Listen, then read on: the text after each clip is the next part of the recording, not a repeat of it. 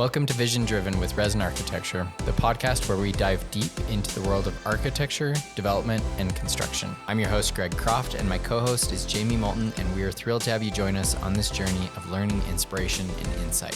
When you talk about real estate, I would always recommend that you go into it with the exit in mind. Advice I'd give somebody that's presenting their case or pitching their loan to a bank is just to be really well prepared. Whether you're dreaming of building a space for your business or simply curious about the fascinating world of architecture and development, join us on this exciting adventure as we unlock the secrets to successful projects and empower you to turn your vision into reality.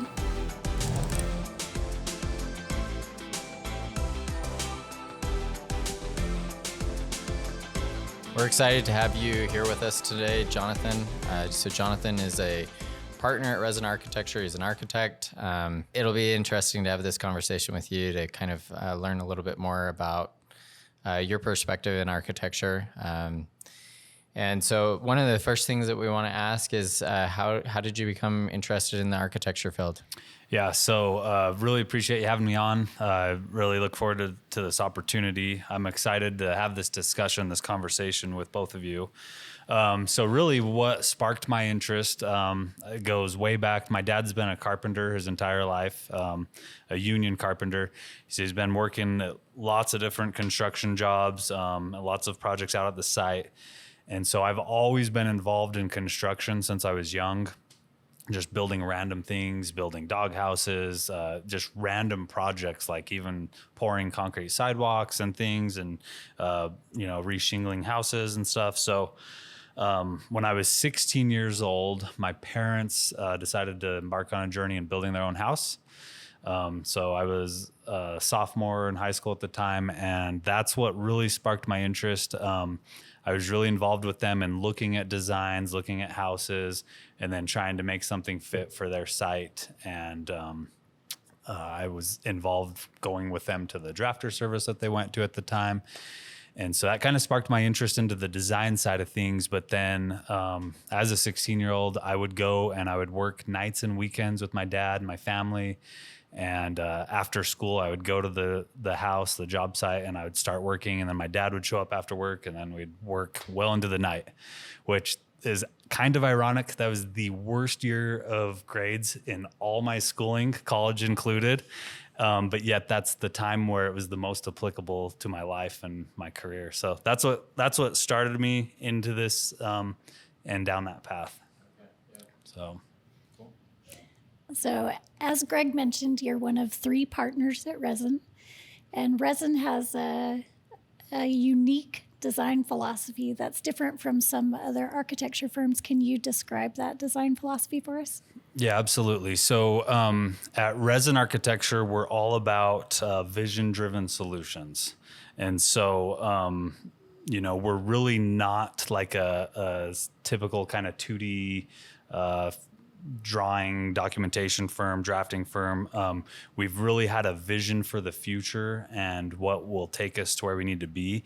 And so some of our uniques and things are, walk inside before you break ground, innovative solutions, and leading collaboration. And how we do that is extremely visual in the fact that we're really modeling these digital twins. And so that philosophy of vision-driven solutions kind of keeps us focused in on what our niche is and what our specialty is, and really helps us to make our projects stand out and helps our clients achieve their vision and their goals as well. You slipped in a term there that I'm just going to have you define. So what is a digital twin? Yeah, well, so great question. Digital twin is essentially a virtual model of that is basically what your physical building would be, right? So part of our vision-driven solutions is we're literally building these buildings virtually through design and doing it all virtually, and collaborating with our consultants virtually in these models to clash detect and to problem solve and to troubleshoot. And so we build it virtually, then it makes the real construction go a lot smoother, a lot quicker. Right. So essentially, the coordination that if a duct isn't modeled right in the model, in the 3D model, then it becomes a field issue that they're like, oh, let's just drop the ceiling, or they're coming up with some innovative solution in the field, which may not be considered innovative when we come back and look at it. Yeah, So, absolutely. Yeah. awesome. We got to find those problems during design, and we got to work through those problems in design. And so the best way we know how to do that, and the most collaborative approach, is just through that virtual model. And you talked about Resin's guarantee to walk inside before you break ground.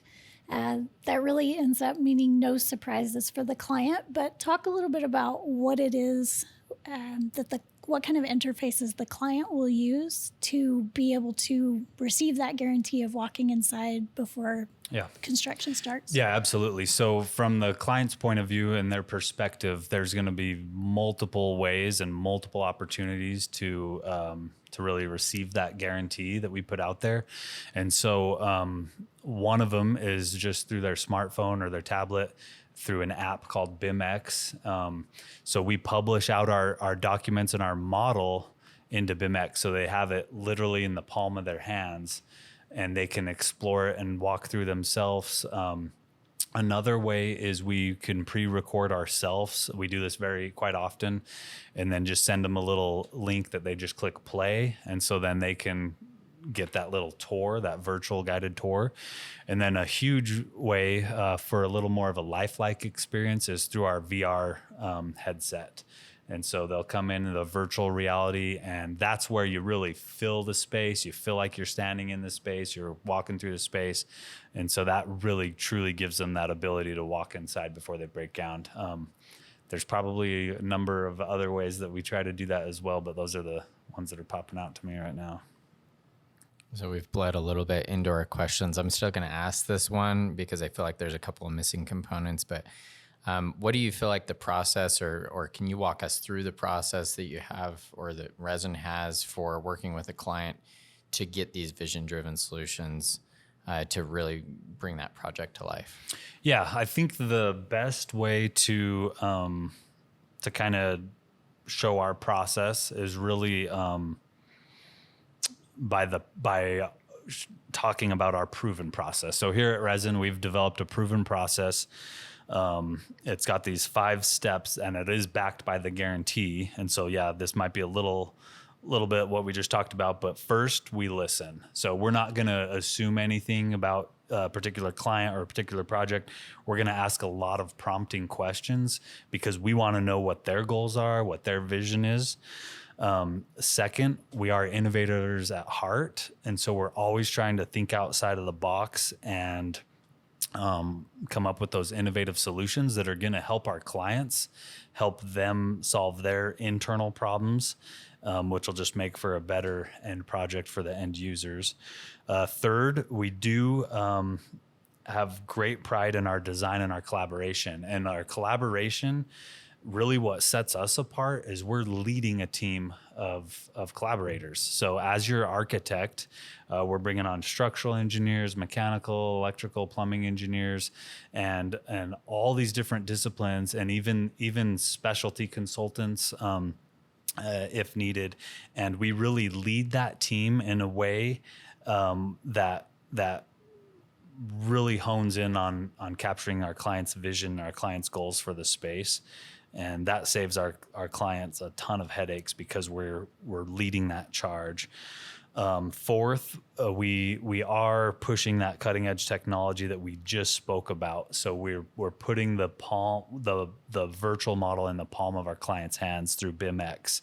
We're allowing the contractors and the subcontractors to pull section cuts through the building wherever they want because we've accurately modeled everything.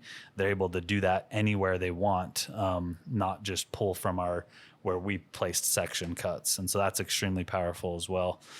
And then last, by involving us from very beginning, pre-design, early, all the way post-construction, we have a better feel for the overall the building life cycle, but we're we're not just concerned about doing this one project and this one building, but we're concerned about that building's life cycle in the long term. How is it going to benefit our client in the long term? And so taking that longer building life cycle perspective is a way that helps that. And then, yeah, like I said, that is all backed by our guarantee, walk inside before you break ground. So that's how our proven process, that's really how we take our clients with us on this journey. Like, we're going to be guiding them through each of these steps all along the way. And I think that's extremely important because we're in this day in, day out. We're the professionals here in this particular field discipline, but we want our clients to succeed and be successful. And so if we can just guide them through all the steps to take, and our proven process just nails that and does that really well. So you talked a little bit about how visualization helps the client. A lot of people aren't used to reading 2D plans, but a 3D model they can comprehend a little bit better. And then also with contractors, you talked about how they can get details wherever they need them so that there are less errors and so they know how to follow the plans. Any other advantages you'd like to discuss about the visualization tools we use at Resin? I think some of the other advantages would really just be, it amazes me because going to school in this field, this discipline, and then working in it for all these years, when I look at plans, I really do see 3D, but it's most people do not. Most people cannot grasp that and understand that and feel that. And it makes sense. They're not in it every day like we are. And so having the tools that we have and the tools that we give our clients and contractors and subcontractors is so powerful. A person gets in there and it's just like, they get it. And at that point, they can really start to feel like, oh yeah, is this the right amount of space I need? Is this the kind of right environment? And it just helps eliminate so many surprises in construction. And that's the goal, that there's no surprises, because we're making them go through it in advance, in design, so they're used to it every step of the way as it develops. As the model develops, there's just more and more detail put into it, and it just gets more and more refined. And so it's just a pretty powerful way, and it's an awesome tool that allows our clients to experience it in a way that they otherwise would not be able to. I'm going to throw out one other thing that Resin does that so on every week we do a critique where we take a few of the projects that we've got undergoing design, and we kind of throw them up and say, hey, I'm familiar with this, and maybe one or two other staff members are familiar with this project, but trying to get everybody else to also see and understand what's going on so we can get other perspectives. Because sometimes you get stuck in that, like, oh, like this is the direction. And I feel like that's one of the uniques that we also have, is where we can pull other ideas and other resources from our office. And we're doing that every week, where it's like, hey, like, yeah, in 2D, this space feels small, or this hallway looks weird, and solve some of those problems as they're coming up, and being able to reintroduce that back into the office every month or whatever that is, so that it's like, hey, there's a lot of other parties that are looking at this from a visualization standpoint that are also professionals that can give other insights. Yeah. And I think that's unique with that's a definite, yeah, I agree with you there. That's an awesome thing we've been doing at our studio critiques and those processes. And it's been amazing, the insight that everyone has, from our interns, our staff, just all the way through project managers, architects. It's just been amazing. And it truly does bring in that collaborative approach. It brings in, more minds are better than just one. And so it helps us, and it helps our clients' projects actually progress in a way that's those better out of the box solutions, those innovative solutions. Can you share a particularly difficult project or challenging project that you've had, and some of the ways that you overcame that? Yeah, sure. I would say there's lots of challenges throughout design and construction and projects for sure. A lot of challenges we're able to head off and hit just based on our experience. And really you learn from each project you do. You just learn and learn and learn and grow and grow and grow. One particular challenge that I had fairly recently, a few years ago on a project, really came down to the site selection, the location. The owners had a site, and we had recommended finding a different site up front based on the building that they wanted and needed, but he was really dead set on that. And so the specific challenge was that the building needed to have fire suppression, and but due to its location out in the county, which was remote from all the city services that would typically be used to, like water lines and fire hydrants and those types of things to get fire suppression in, we had to really dive in deeper into the code and figure out ways to mitigate different items. So we couldn't get rid of the requirement for fire suppression, but what we were able to do is to strategically just do a fire well, a deep well system that ties in, and then also like extra pump systems and things, and your fire department connection. But not only that, we were able to just work through it in a way to add different smoke louvers in the building and different things through a code analysis, a thorough code analysis, to really kind of lessen the kind of fire flow requirements for that deep well and the pumps, just to be, as minimized as possible, but functional. Yeah. And so, definitely a challenge.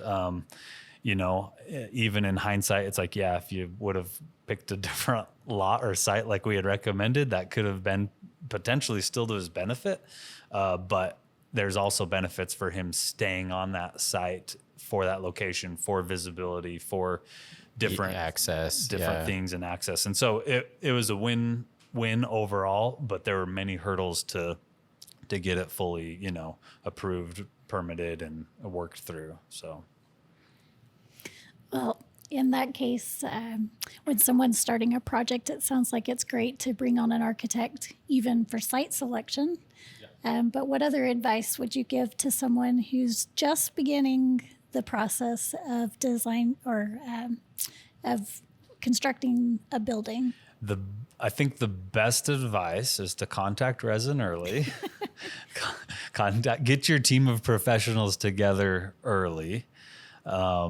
You need a lot of people on your team, in your court. But really, you bring on your design professional, your architect early. That allows for a lot of upfront discussion, which could really guide and direct, just like you said. I mean, even site selection could be an important component. We're not always on board that early, but it can be helpful. A lot of clients in this particular region have problems with trying to maximize their building size, but yet keep the required amount of parking. So there's a lot of upfront kind of feasibility studies, analysis, things like that we can really do and we're really good at, that could direct those and help those clients to make better selections and be better prepared. And not to mention, we'd be making recommendations for getting geotechnical reports and studies going, and soils reports, and just getting the whole team kind of built up and on board, just makes things go smoother. So what do you see changing in the next 5 to 10 years in the architecture realm? So that's a very good question. A lot is happening, a lot is changing. It's very interesting. A lot of building materials are always evolving. Energy codes and efficiencies are always kind of pushing that, which are making things evolve. Seeing a lot of prefabrication and things to where you can start just kind of erecting it on site, getting it built remotely, and then just kind of putting the kit of parts together and erecting it on site.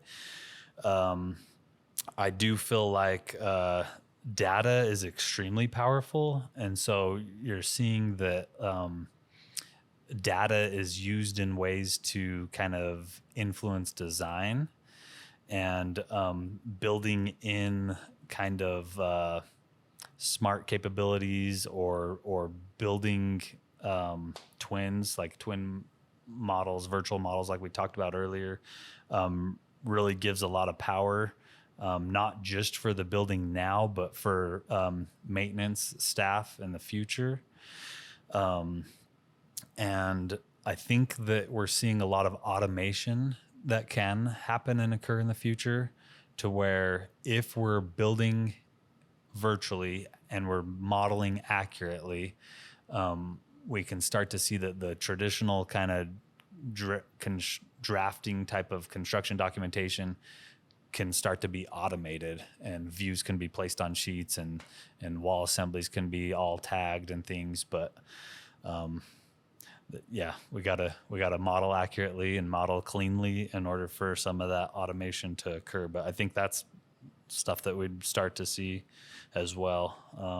I think you'll see more collaborative, bigger teams kind of just working together more closely in live models together, instead of kind of transferring data back and forth from different models as well. But yeah, I don't know.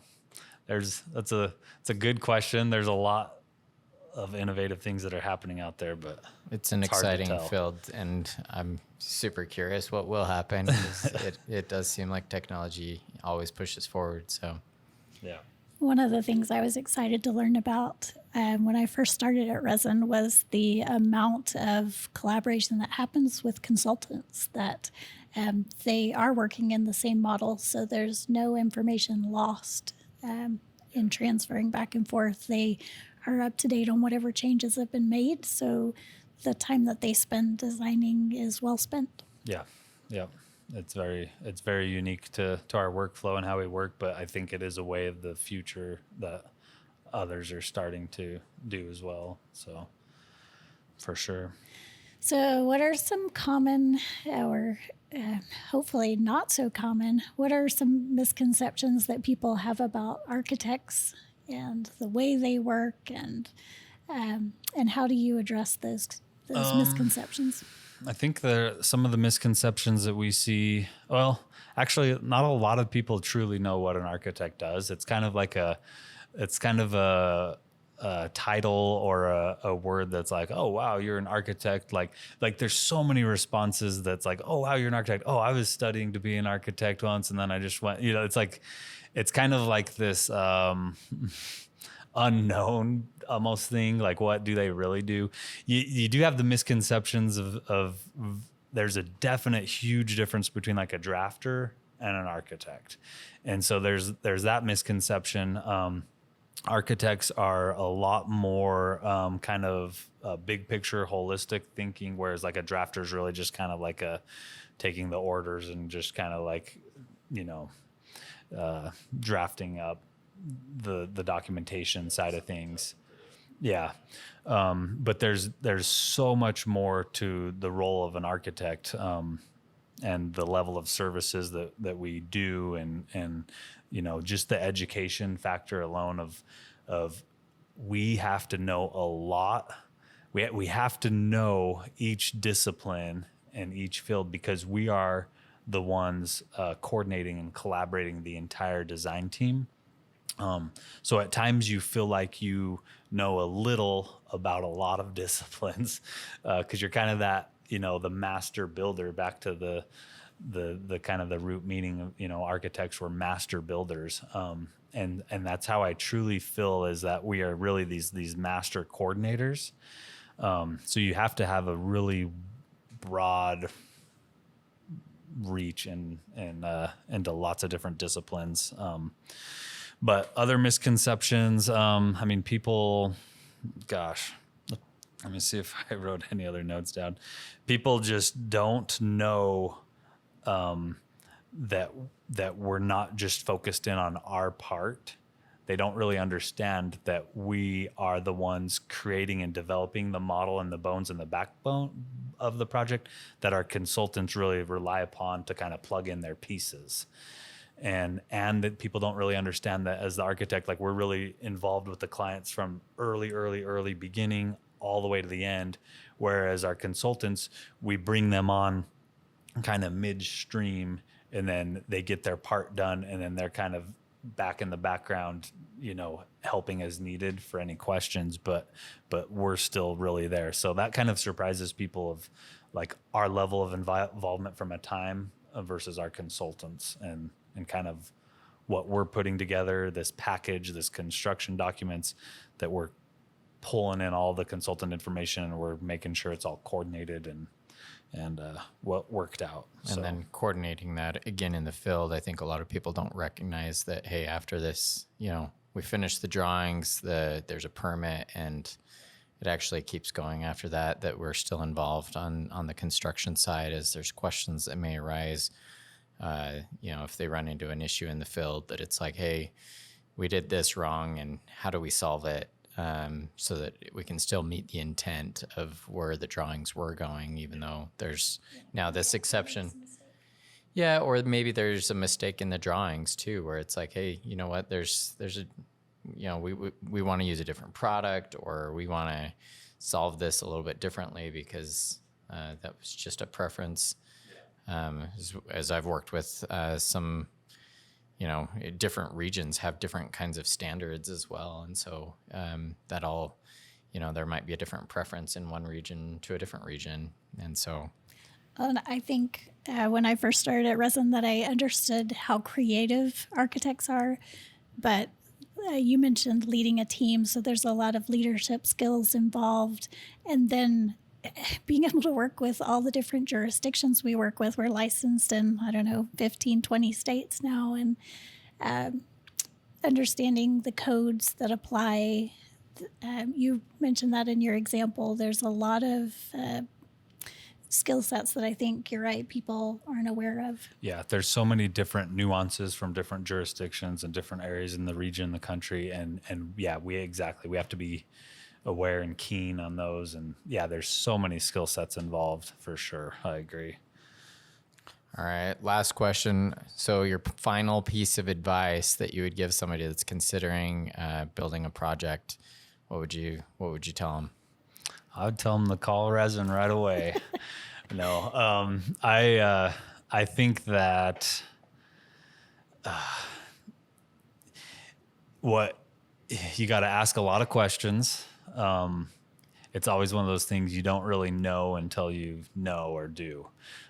So I think a lot of clients, they don't truly understand everything that's going into this and what's going to be needed of them. And so we guide them through the best we can. We ask tons of questions to get them really thinking about their project, thinking about their goals, their vision for their project. But I would advise them just to work closely with your design team to reach out to them sooner than they think. Proactively need to reach out in advance. They need to know and understand. Are they going to send this out to hard bid to different general contractors, or are they going to try and bring on a contractor partner? Because that can also bring on a different team dynamic that can have a lot of great input from the contractor during design. And both methods, we work both methods really well and things, but these are some questions that we would be asking them up front to consider, because there's a different level of detail that we would kind of put into our drawings and into our models potentially, and just different things. So I don't know, there's so many things to consider, but I would just advise people to contact us early and to ask a lot of questions. Don't be afraid to ask questions, and then we'll just guide them through each step of the way, So we'll start with a work session up front. We'll do a nice concept package, and then we'll just kind of work through these different design phases and have them kind of review all along the way. But we're here for them. We're here to guide them. We're here to help them all the way to the end and years to come even. So. All right. Well, thank you for joining us today. Thank you. Appreciate it. It was my pleasure. If you enjoyed this episode, please consider subscribing to Vision Driven on your favorite podcast platform so you never miss an episode. And don't forget to leave us a review. Your feedback helps us grow and improve our content, and it also helps others discover the podcast. Remember, at Resin Architecture, we are dedicated to teaching and learning and are committed to helping business owners like you navigate the exciting journey of building. Stay tuned for more episodes where we'll continue to bring you engaging conversations, expert insights, and actionable advice to fuel your real estate aspirations.